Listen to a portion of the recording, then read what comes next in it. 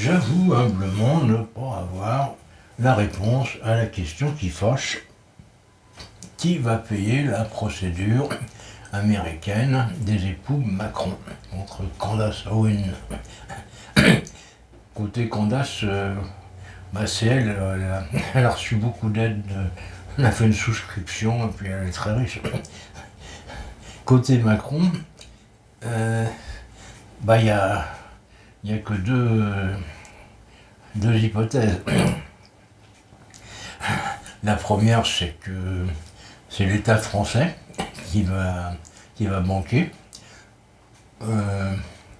À quel titre, je ne sais pas trop.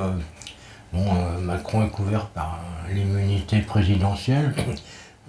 Si sa femme, c'est toujours pas, mais probable quand même, si sa femme bénéficie de sorte de subvention d'État, on se demande à quel titre.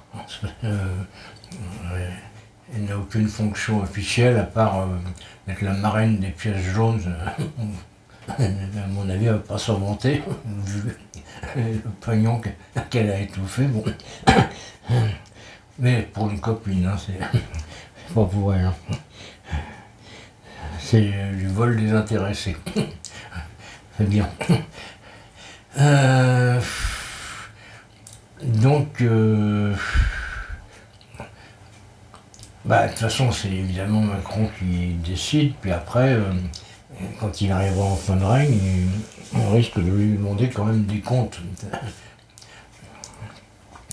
En quoi est-ce que il était légitime de payer une agence de détectives privés américaine hors de prix pour enquêter sur Candace Owen, dans l'espoir de pouvoir la diffamer pour le procès. Mais c'est l'État français qui devrait payer ça, c'est bizarre. Donc faut qu'il s'attende à un retour de manivelle à la fin de son mandat, le père Macron. Sinon, peut-être que c'est Macron qui va payer.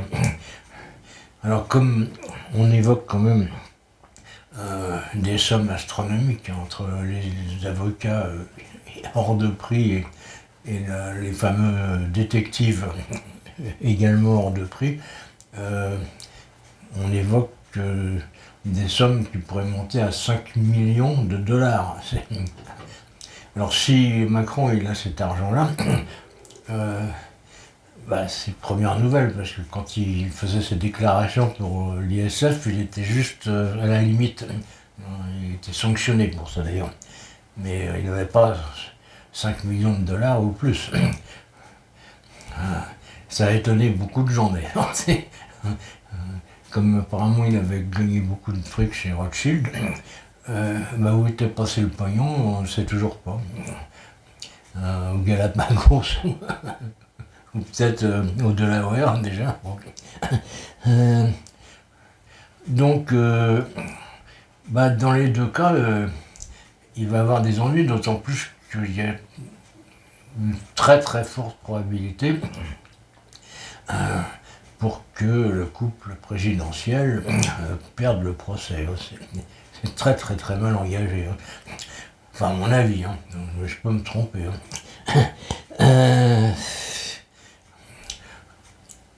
Alors, sinon, s'ils gagnent, ils auront peut-être la possibilité de réclamer des dommages-intérêts. Et à qui on versera les dommages-intérêts si c'est l'État français qui paye les frais d'avocat et d'enquête? Si en plus Macron il chope les dommages-intérêts pour sa gueule, ça frise bien fort l'escroquerie. C'est... Voilà. En fait, j'ai essayé de me renseigner pour savoir qui devait payer ces sommes faramineuses. On ignore les montants, je vous dis plusieurs millions, sans doute, c'est probable. Ça va pas être 10 000 euros. Non. Quelqu'un qui peut se payer les meilleurs avocats des USA et la meilleure agence de détective,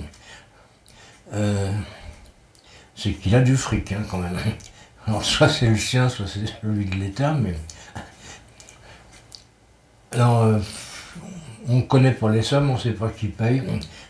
Moi, je vous pronostique juste que des partis extrémistes comme LFI et RN vont pas manquer de demander une commission d'enquête. Bon,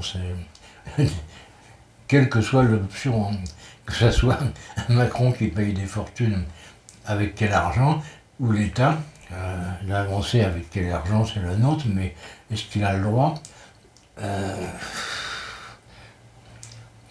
c'est le genre de questions va falloir poser. Quoi. Voilà, c'est rigolo quand même.